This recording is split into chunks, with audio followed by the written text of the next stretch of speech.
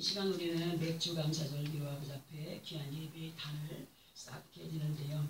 먼저 예배에 앞서서 맥주란 무엇을 의미하는지 알아보고 넘어가 보려고 합니다. 맥주란 보리맥과 가을추로 보리가 익어서 거두게 된 때, 또는 보릿가을, 또는 보리가 익는 때를 말하는 것입니다. 예수 그리스도 안에 있는 믿음의 사람들이 맥주의 절기로 하나님께 단을 쌓아 올리며 감사의 제사를 드리는 것의 의미를 보게 되면 어떤 의미가 있느냐? 1년의 반이 몇 월달까지예요? 6월달까지예요. 그러면 또 그 1년의 반에서 다시 시작되는 달이 몇 월달이에요? 10월달이에요. 그러니까 한 해의 전반기가 끝이 나고 후반기가 시작되는 7월 첫 주에 맥주 감사절기로 지키게 되는데, 다른 나라에 비해서 특별히 대한민국이라는 우리나라는 농사를 지을 때 보통 몇 모작을 합니까? 2모작을 합니다. 그죠? 2모작을 하였기 때문에 한 해의 전반기는 보리 수확을 했고 후반기에는 쌀 수확을 했습니다. 그러니까 예수를 믿는 믿음 안에서의 맥주절기로 아버지 하나님 앞에 감사의 예배를 드리는 것은 한 해의 1년에서 반년이라고 하는 전반기 6개월 동안에 베풀어 주신 그 은혜와 사랑에 감사하면서 또 앞으로의 남은 반년의 시간 동안도 잘 지켜주시기를 기원하고 소원하면서 드리는 예배가 맥주 감사 예배입니다. 그리고 7월 첫째 주에 맥주 감사 절기로 예배하는 이유는 앞에서 잠깐 언급을 해드렸던 것처럼 우리나라의 농경 문화와 관련이 되어 있기 때문인데, 근데 지금 보면은 현재 지금 많은 농경지가 사라지고 있어요. 우리나라에서 사라지고 있어요. 그러니까 그 농경지들이 다 깎여져서 다른 용도로 사용이 되면서 하루하루 변화하는 과정 안에서 농경 문화가 어떻다고 퇴색되어 가고 있다? 그렇죠. 퇴색되어 가고 있는 가운데 맥주 감사의 절기의 의미 또한 점차적으로 변형이 되어가고 있어요. 지금 변형이 되어가고 그저 맥주의 의미를 부여한 약식으로의 형태로 지금 바꾸어서 그렇게 예배에 임하고 있는 모습인데요. 원래 맥주절은 구약의 3대 절기 중에 하나로 오순절 혹은 칠칠절이라고도 한다는 사실을 우리는 여러 번 들어왔기 때문에 알고 있습니다. 알고 있지만 이러한 절기에 대하여서 하나님의 자녀들이 아버지 하나님께 어떤 모습으로의 사람들이 되어야 되는가에 대하여서 오늘 이 절기를 통한 그리고 절기에 어떠한 모습으로 하나님 앞에 나와야 되는가를 하나님께서 친히 신명기 16장 10절과 11절에서 말씀을 하고 계신데 우리 그 말씀을 한번 함께 합독을 하고 설명을 들어보고 넘어가 보도록 합니다. 구약성경 287페이지 정도에 있습니다. 287이나 88 정도에 있을 것 같습니다. 신명기 16장 10절과 11절 찾았으면 함께 합독합니다. 시작. 네 하나님 여호와 앞에 찾았어요? 신명기 16장 10절 11절 시작. 네 하나님 여호와 앞에 77절을 지키되 네 하나님 여호와께서 내게 복을 주신 대로 네 힘을 다하려 자원하는 예물을 드리고 너와 네 자녀와 노비와 내 성중에 있는 레위인과 및 너희 중에 있는 객과 고아와 과부가 함께 네 하나님 여호와께서 자기의 이름을 두시려고 택하신 곳에서 네 하나님 여호와 앞에 즐거워할지니라. 이렇게 말씀을 하였습니다. 네 하나님 앞에 77절 곧 맥주 감사의 날을 지키되, 그러니까 지나간 6개월 동안 반년의 시간들을 지켜주시고 보호하신 것에 감사하고 앞으로의 남은 반년 동안도 하나님 앞에 감사할 조건들을 갖고 나아갈 수 있도록 도와달라고 하는 의미가 있다는 말씀을 앞에 드렸는데, 그 날들을 지켜갈 때에 네 하나님 여호와께서 네게 복을 주신 대로 네 힘을 헤아려 자원하는 예물을 드리라고 하셨습니다. 지금 현 시대 속에서의 맥주의 시간 속에서 이 말씀대로 행하여야 할 것을 설명을 해드린다면 한 해 1년에서 전반기 후반기로 나누어 맥주와 추수 예배를 우리가 드릴 때에 네게 복을 주신 대로 내 힘을 헤아려 자원하는 예물을 드리라고 하신 거예요. 하셨는데 이러한 믿음의 모습 그리고 순종으로 행하는 사람들이 얼마나 될까 생각을 해보게 되는데 만약 여러분들의 삶의 시간에 있어서 이러한 삶을 살아야 해 아버지 하나님께서 이런 명령을 하셨어요. 여러분들이 6개월 동안의 삶 속에서 얼마만큼의 수확을 거두며 살았습니까? 얼마나 6개월 동안의 수입을 거두었습니까? 하나님의 명령이 이러한 양심을 따라서 여러분들이 복을 받았다 하는 것에 대한 자원의 예물을 드리시오 할 때 여러분들의 드림이 어떠하겠냐는 얘기죠. 그러면 우리들의 현실의 모습에서 말씀을 따라서 행하는 가운데 드림에 있어서 어떤 이는 10,000원, 어떤 이는 20,000원, 어떤 이는 30,000원, 50,000원을 드린다고 가정을 하면서 말씀을 드리게 되면 이 드림이 진실일까 거짓일까? 말씀에 비하여 볼 때 거짓이 되겠죠. 근데 오늘 이 마지막까지 말씀을 들으면 이해가 됩니다.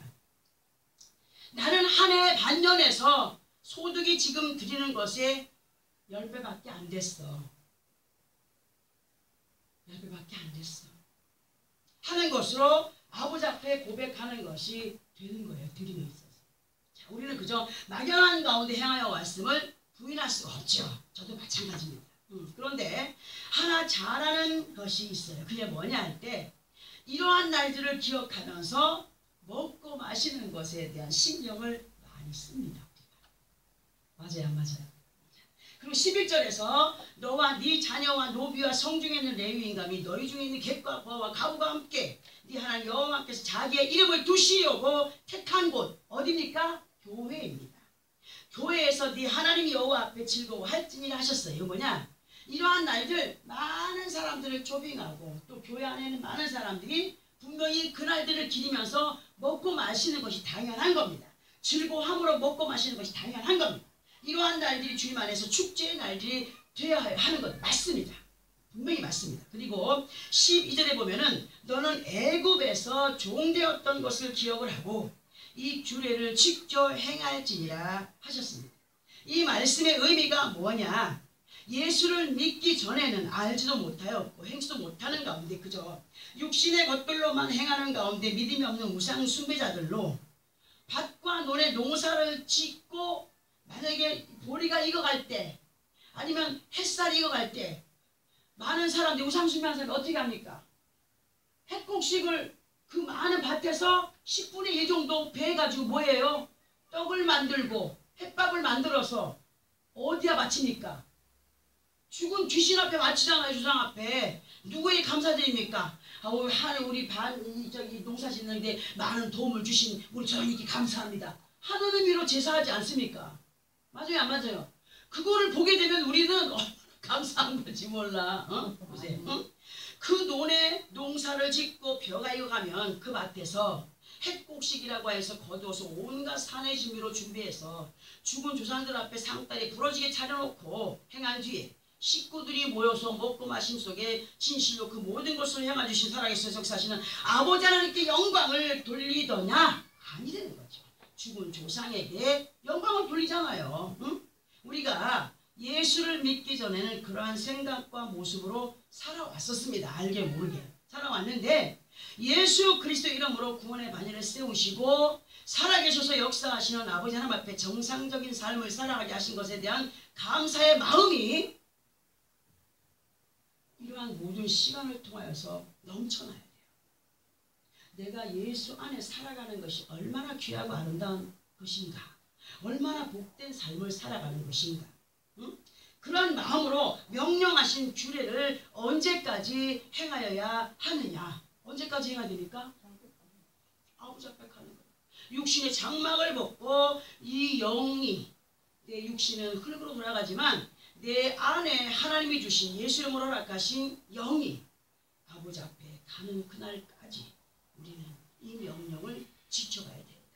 육신의 장막을 벗고가는 그날까지 변치 않는 믿음으로 행하여 가야 할 것을 명령을 하셨으니 우리는 변치 않는 믿음으로의 삶의 결단 속에 우리의 모든 생사 화복을 주관하시는 아버지 하나님을 믿는 하나님의 자녀들이라고 한다면 어떻게 해야 돼요? 항상 감사와 기쁨으로 누가 시켜서가 아니라 자원하는 믿음의 소유자들로 행하여 가기를 바라시는 분이 하나님이십니다.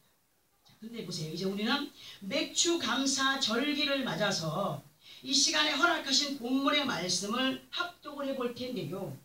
맥주 감사 절기의 의미와는 이 본문이 전혀 다른 듯한 말씀으로 생각이 들기도 합니다. 그러나 함께 합독을 하고 말씀의 의미를 들어보도록 하겠습니다.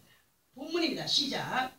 예수께서 이르시되 내가 진실로 진실로 너희에게 이르노니 인자의 살을 먹지 아니하고 인자의 피를 마시지 아니하면 너희 속에 생명이 없느니라. 아멘. 지금 예를 들어서 이 말씀을 설명드릴 때 잘 들어보시고 이해하는 우리가 되기를 바랍니다. 우리 믿음의 결실은요 어디에서 거두어지느냐 할 때 각자의 마음에서 거두어져야 됩니다. 왜냐? 우리 각개인들은요 영적인 경작자들입니다. 경작자들. 어떤 것을 경작하느냐에 대해서 이제 다음에 가서 말씀을 드릴 텐데 우리는 영적인 경작자들로 경작이라고 하는 말은 박갈경에 지을 작입니다. 지을 작으로 논밭을 갈아서 농사를 짓는 경작자 곧 믿음의 농사꾼들인 것을 믿어야 됩니다. 아멘. 자, 그러면 어떠한 것들로 우리가 믿음의 농사꾼인 것을 알아야 되느냐? 하나님의 생명의 말씀이 믿는 우리 각자들의 마음에 듣는 귀를 통하여서 어디에 심기어지게 됩니까? 마음에 심기어집니다. 그런데 사람이 생각이 어느 곳에 집중되어 있느냐에 따라서 마음과 행동이 어떻게 된다고요? 달라지게 되어 있다. 달라지게 되어 있다. 사람의 생각이 부정일 때 듣게 하신 말씀, 생명의 씨가 되는 말씀은 아무리 들어도 이해가 될까요? 부정적인 생각을 하고 있을 때 안 되죠.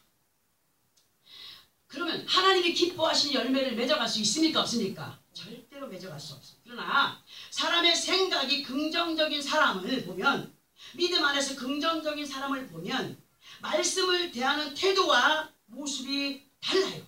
다른 가운데 들려지는 생명의 말씀을 어디에 담고? 마음에 담고 그 담겨진 생명의 말씀을 복습을 합니다. 되새김질합니다. 자꾸 읽고 또 생각하고 기도하고 믿음의 결실을 맺기 위한 노력과 함께 주님 모시기에 아름다운 줄기로 뻗어가기 위한 노력을 하게 됩니다. 뭡니까? 행동으로 옮겨가는 삶이 된다는 거예요. 자, 주님께서 말씀하신 것 중에서 마태복음 13장을 보면은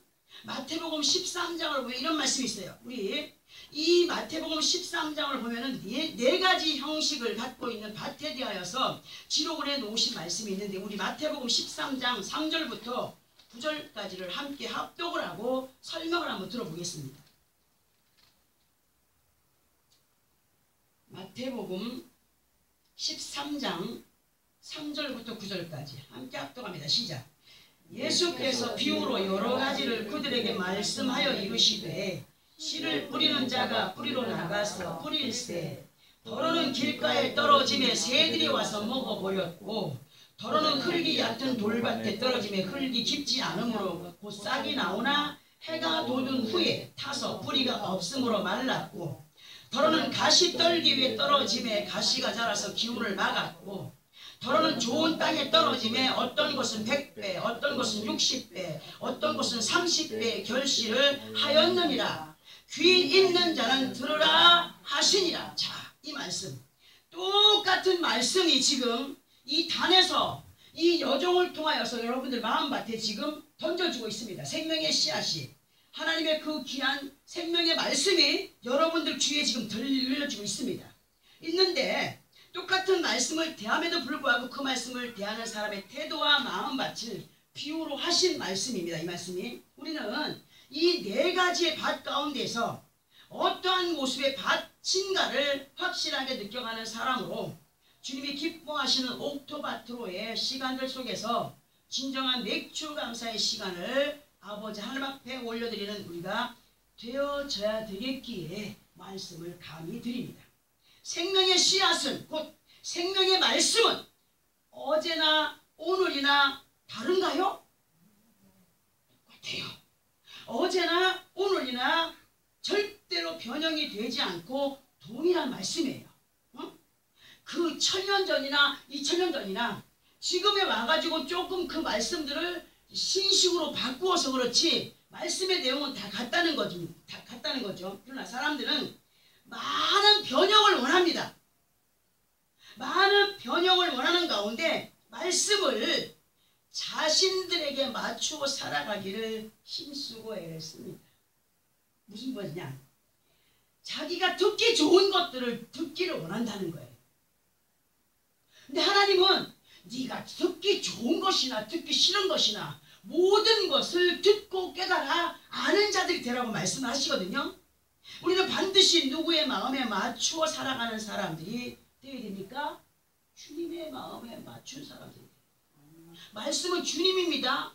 주님의 마음에 맞추어 가는 사람들이 되어야 되는데 이 주님을 지 안에 끌어들여가지고 지 맘대로 살아가는 사람들 있습니까? 없습니까? 있어요. 하나님의 말씀에 초점이 맞추어진 믿음의 삶으로 이끌림을 받아야 되고 그렇게 이끌어 인도하시기 위하여서 말씀을 듣게 하시는데 4절에서 보니까 말씀을 듣는 자들의 마음밭이 어떠냐? 더러는 길가에 떨어지네 새들이 와서 먹어버린대.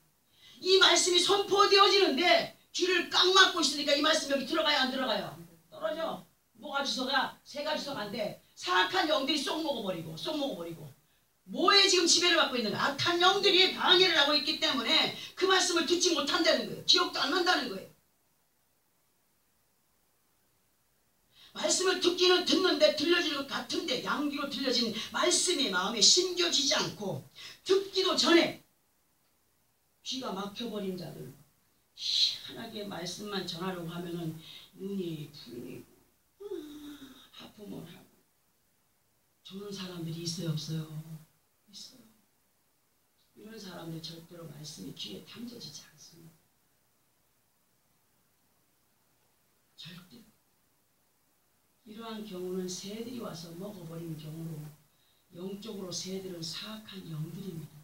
그 사람이 복된 자리에 거하지 못하도록 방해를 하고 있다는 사실을 우리는 알아야 돼요. 그러니까 정신을 바짝 차리고 말씀을 드려야 되는데 그리고 이미 그 사람은 습관에 의하여서 영적인 새들의 먹잇감이 되어 있다는 사실. 그리고 6절에서는 흙이 얕은 돌밭에 떨어지네. 흙이 깊지 아니하므로 곧 싹이 나오나 해가 돋은 후에 타서 뿌리가 없으므로 말라버립니다. 이러한 유행의 마음밭은 대부분 속이 깊지 않은 사람이에요. 속이 깊지 않은 사람. 제가 여기서 찬양을 인도하다 보면은 그러한 것들을 많이 느끼게 되는데 어떤 거냐. 이 찬양이 깊은 마음에서 울려 퍼져요. 깊은 마음에서 우러나오는 소리가 아닌 사람도 가슴도 아닌 요 목구멍에서만 나오는 소리를 하니까 이 안에 감동이 있어요 없어요? 없어요. 눈물이 있어요 없어요? 없어요. 찬양하는 게 재미있어요 없어요? 없어요.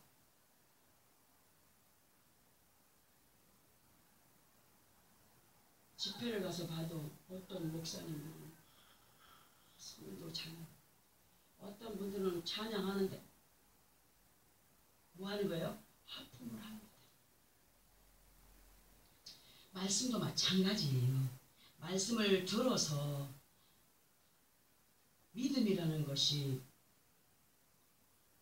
이러할 때 열매로 나타난다 하는 것을 알려주면 아멘 했어요. 근데 무슨 일이 일어나요? 무슨 일에 부딪히게 되면은 들었던 말씀이 온데간데 없어져요. 다시 육신의 본 마음으로 행하여지는 모습. 마음이 깊지 않아요. 이해함이 깊지 않아요. 뭔가 느끼면서 기도하려고 하는 마음 없어요. 이 또한 열매가 없기 때문에 진정한 맥주의 날을 기념할 수가 없게 돼요. 절대. 그리고 7절에서 가시 떨기에 떨어지네. 가시가 자라서 기운을 막아버리므로 생명의 말씀이 제대로 자라지 못하고 죽게 만들어버리는 경우를 누가 만들어간다는 겁니까? 자신이 만들어간다는 거예요. 산에 올라가 보세요. 가시나무들이 엉켜진 안에는요. 아무리 생명이 자라려고 해도 자랄 수가 없어요. 왜? 가시덤불의 기운이 너무 강하기 때문에. 이것은 뭘 의미하느냐? 마음 안에 미움과 시기와 질투와 욕심과 분쟁이 많은 사람은 절대로 열매를 맺을 수가 없어요. 이에 타산이 되고 많은 생각을 가지고 있기 때문에 이 말씀이 들어가서 자랄 수 있는 시간을 주지 못해요. 그러한 것들을 자신이 만들어 가면서도 그것을 알지 못한 채 상대를 향하여서만 원망을 하고 불평을 하는 모습들이 누구에게 있습니까? 우리들에게 있다는 거예요. 농부들의 손에 뿌려지는 씨앗도 땅의 성분을 따라서 자라가는 모습이 판이하게 달라져요. 똑같은 밭에 뿌려지고 같지만 이쪽에 거는 새파랗게 그냥 완전히 막 너무너무 생기게 자는데 이쪽에 밭에 거는 약간 자라고 그냥 간등간등하고 왜 그런 거예요? 같은 땅이라도 토질이 다르고 햇빛이 들어오는 게 다르고 바람 맞는 것이 다르기 때문에 그렇습니다. 우리가 믿음 안에서 빛 대신 예수도 함께하고 성령의 바람 함께하는 그런 은혜 속에 살면은 열매가 돼요. 얼마든지 아름다운 열매를 맺어갈 수 있어요. 그런데 자신의 생각이 얼마나 마음이 지배를 받고 있냐에 따라서 행위의 모습이 정해지게 되는 것을 본인이 깨닫지 못해요. 생각이 온전하지 못하면 뭐가 부패되죠? 마음이 부패돼요. 생각이 온전하지 못하면 마음이 부패되어지고 부패되어진 마음밭에서 온전한 결실을 볼 수 있다고요? 없어요. 온전한 말씀과 믿음이 자라나지 않기 때문에 하나님이 보시기에 아름다운 행위의 모습이 없게 된다는 사실 우리는 말하지 않아도 너무 많이 보아왔기 때문에. 그러나 100배, 60배, 30배의 결실을 하는 밭이 있는데 그러한 밭으로의 모습은 듣는 귀가 열린 자들이에요. 듣는 귀가 열린 자들로 들려진 말씀이 마음에 새겨지고 새겨진 말씀들이 의심 없이 뭐로 옮겨져요? 행위로 옮겨질 때에 지금은 손해보는 것 같고 지금은 조금 부족한 것 같지만 믿음으로 행한 것 하나님 반드시 책임을 져주시는 은혜 안에서 비로소 이러한 밭의 모습을 주님은 옥토라 인정을 하시는 가운데 본문이 있는 요한복음 6장 58절에서 주님은 이런 말씀을 하십니다. 6장 58절로 가서 우리 58절을 함께 읽어봅니다. 시작. 이것은 하늘에서 내려온 떡이니 조상들이 먹고도 죽은 그것과 같지 아니하여 이 떡을 먹는 자는 영원히 살리라. 아멘. 자, 이스라엘 백성들을 한번 생각해 보세요. 모세를 인도자로 하여서 애굽에서 출애굽하여 광야길을 가는 이스라엘 백성들, 하나님의 약속이 뭐였습니까? 가나안 땅에 거하는 것이었습니다. 가나안 땅에 들어가는 것이었습니다. 복받는 자리에 있게 하겠다고 말씀했습니다. 그러나 거기에 또 이유가 있었습니다. 너희는 가나안에 들어갔을 때에 가나안의 원주민의 더러운 행위들을 따라서 하지 말고 배우지도 말고 다 끌어내고 잘라내고 박살내고 하라 그러지 않았습니까? 그런데 이스라엘 백성들이 남자들이 건장한 남자들이 가나안에 들어가기 전에 광야에서 죽어버렸어요. 왜 그랬습니까? 모세를 통하여서 하나님께서 얼마나 많은 기적과 이적을 베풀어 줬습니까? 만나를 주셨고 아이고 배가 고파 만나 주시고 나 고기 먹고 싶어 그러면 막 메추라기를 막 떨어뜨려 가지고 이 사이에 고기가 막 끼어서 막 지도록 주신 분이 하나님이셨어요. 여기서 뭘 우리가 알아요? 이것은 하늘에서 내려온 떡이니 조상들이 먹고도 죽은 것과 같지 아니하여 이 떡을 먹는 자는 영원히 살리라. 우리가 현실적으로 나타내는 어떤 기적과 역사는 하나님이 살아계셔 역사하시는 것을 보여주는 것뿐이에요. 그러면 우리가 살기 위해서는 어떻게 되느냐? 생명의 떡이 되시는 이 말씀들을 확실하게 붙잡아야 된다는 겁니다. 아멘? 어? 이 생명의 떡, 말씀 안에 순종하지 못하면서 다른 것들로 행하여 간다면 믿음이 없는 거예요. 이 말씀의 의미되는 설명을 다시 한번 또 드려봅니다. 구약에서 이스라엘 백성들이 출애굽할 때에 그들은 모세를 통하여서 많은 기적과 이적을 보면서 따랐습니다. 그런데 그들이 다 믿음으로 가나안에 들어갈 수 없었습니다. 그러면 지금 우리가 합독한 말씀의 의미가 무엇을 우리에게 알려주시기 원합니까? 볼 때에 앞서가는 인도자를 향하여서 베푸시는 역사, 곧 나타나는 많은 은사만으로는 구원을 이룰 수 없어요. 생명의 말씀이 내 안에서 자라가야 온전한 구원을 이룰 수가 있습니다. 믿음은 어디서 난다? 들음에서 난다. 하나님의 말씀으로만이.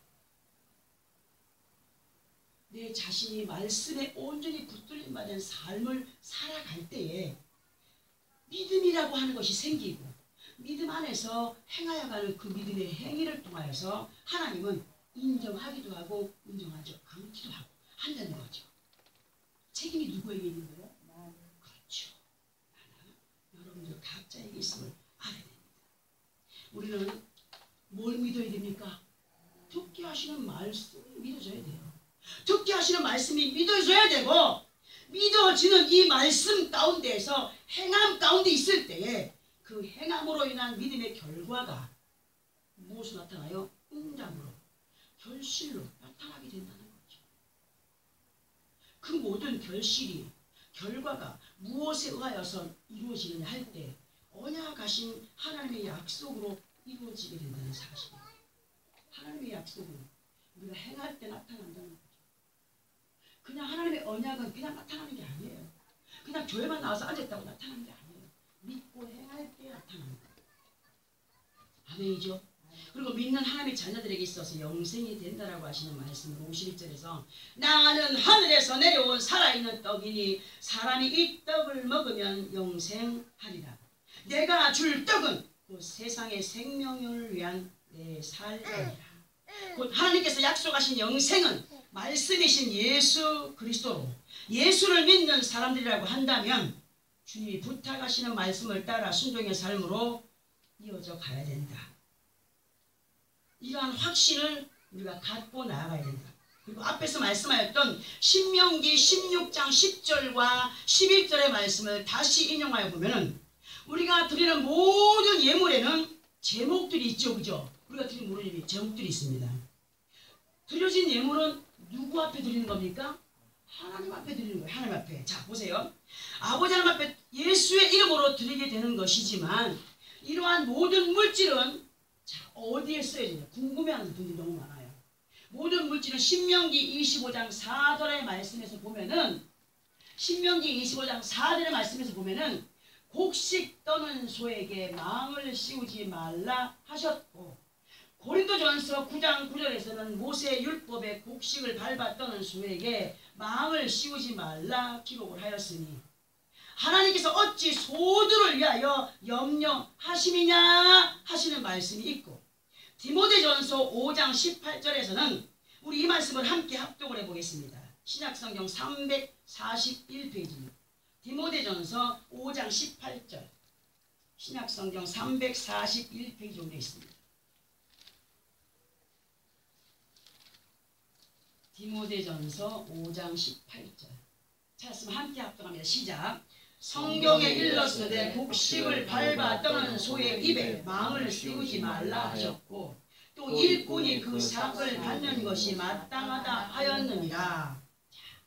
우리 믿음의 사람들에게 있어서 진정한 맥주의 기념이나 추수의 기념이나 11조의 개념이나 감사의 소원의 모든 예물의 개념은 하나님의 언약된 약속 안에 있는 것으로 예수 그리스도 이름으로 드려진 물질들이 예수 이름으로 아버지 앞에 드려지지만 그 물질들은 어떻게 쓰여지느냐? 교회와 목회자를 위하여서 쓰여집니다. 아세요? 교회와 목회자를 위해서 쓰여집니다. 그 말씀이 민수기 18장 21절에서 22절까지의 기록을 하고 있습니다. 함께 말씀을 봅니다. 민수기 18장 21, 22.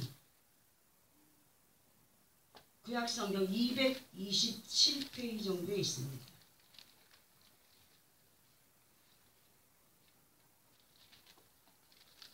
민수기 18장 21절로 22절. 구약성경 227페이지입니다. 함께 합독합니다. 시작. 내가 이스라엘의 11조를 레위 자손에게 기업으로 다 주어서 그들이 하는 일 곧 회막에서 하는 일을 감나니 이후로는 이스라엘 자손이 회막에 가까이 하지 말 것이라 죗값으로 죽을까 하노라. 자, 보세요. 레위 자손은 제사장, 아버지 앞에 예배를 인도하는 사람입니다. 회막은 지금의 교회입니다. 교회가 어떤 사람 큰 교회 지나가면서 아이고 저 기업이네, 저거는 목사가 아니라 회장이요 차장이요 하는 사람 있습니다. 맞습니다. 큰 교회들은 넘쳐나기 때문에 엉뚱한 짓도 합니다. 자기네 교회 세력을 넓혀가는 데 씁니다. 우리같이 작은 개척교회 형식을 벗어나지 못한 교회는 드려지는 작은 예물까지도 정말 귀하디 귀합니다. 그러나 큰 대형교회는 물질이 넘쳐나므로 다 그렇지는 않지만 엉뚱한 곳에 쓰여지는 경우도 있습니다. 하나님께서는 드려진 예물에 대하여서 22절에 지금 합백관 22절에서 참견하지 말라고 했습니다. 그런데 요즘 대형교회 안에서 그 드려진 물질에 참견하는 사람이 있습니까? 없습니까? 있습니다. 왜 그렇습니까? 잘못된 곳으로 물질이 흘러가기 때문에 참견하는 것 아니겠습니까? 응? 하나님은 그것까지도 참견하지 말라고 했습니다. 교회는 그냥 돌아가는 게 아닙니다. 여러분들의 물질이 이렇게 감사의 형식으로 11조의 형식으로 드려짐 속에서 운영되어지게 되어 있습니다. 그것은 확실한 것입니다. 이미 예수의 이름으로 아버지 하나님 앞에 올려진 예물, 그 예물이 어떻게 쓰여지든지 간에 참견하지 말아야 된다고 22절에 기록을 하고 있습니다. 왜? 죗값으로 죽을까 하노라. 네가 아버지 앞에 들여놓고 웬 참견이냐. 우리는 믿음으로 한번 행한 것에 대하여서는 잊어버려야 됩니다. 옛날에 내가 어떻게 행하였는 것도 잊어버려야 됩니다. 우리의 삶은 현재의 시간이 중요하기 때문에 내가 현재의 시간에서 얼마나 아버지 앞에 충성하고 봉사하고 있느냐를 주님은 보시고 계십니다. 믿음으로 행한 사람들에게는 누가 그것을 갚아준다고 하셨습니까? 하나님께서 갚아주시겠다고 하셨습니다. 이 시간 본문을 통하여서 예수께서 이르시되 내가 진실로 진실로 너에게 이르노니 인자의 살을 먹지 아니하고 인자의 피를 마시지 아니하면 너희 속에 뭐가 없다고요? 생명이 없느니라 하신같이 진정한 예수를 말씀으로 만난 믿음의 사람들은요, 예수 그리스도의 심장을 가진 하나님의 자녀들입니다. 하나님의 자녀들로 모든 행함에 있어서 자신들이 얼마나 큰 복을 받을 사람들인가를 비롯하여 힘껏 헤아려 자원하는 예물과 누려가는 기쁨을 함께 하는 믿음의 사람들이 된다라고 하심을 잊지 마시기 바랍니다. 이 시간 맥주의 감사절을 맞아서 저는 맥주 감사절기로 예배를 드리지 않았습니다. 왜냐하면 이 형식의 모든 것은 그때의 농사짓는 사람들에게 있어서 반과 반의 전체의 10의 1조이기 때문에 여기 11조 하는 분들에게는 하나님께서 분명히 맥주, 추수 모든 것을 지금 행하여 가는 그런 삶을 살아가고 있습니다.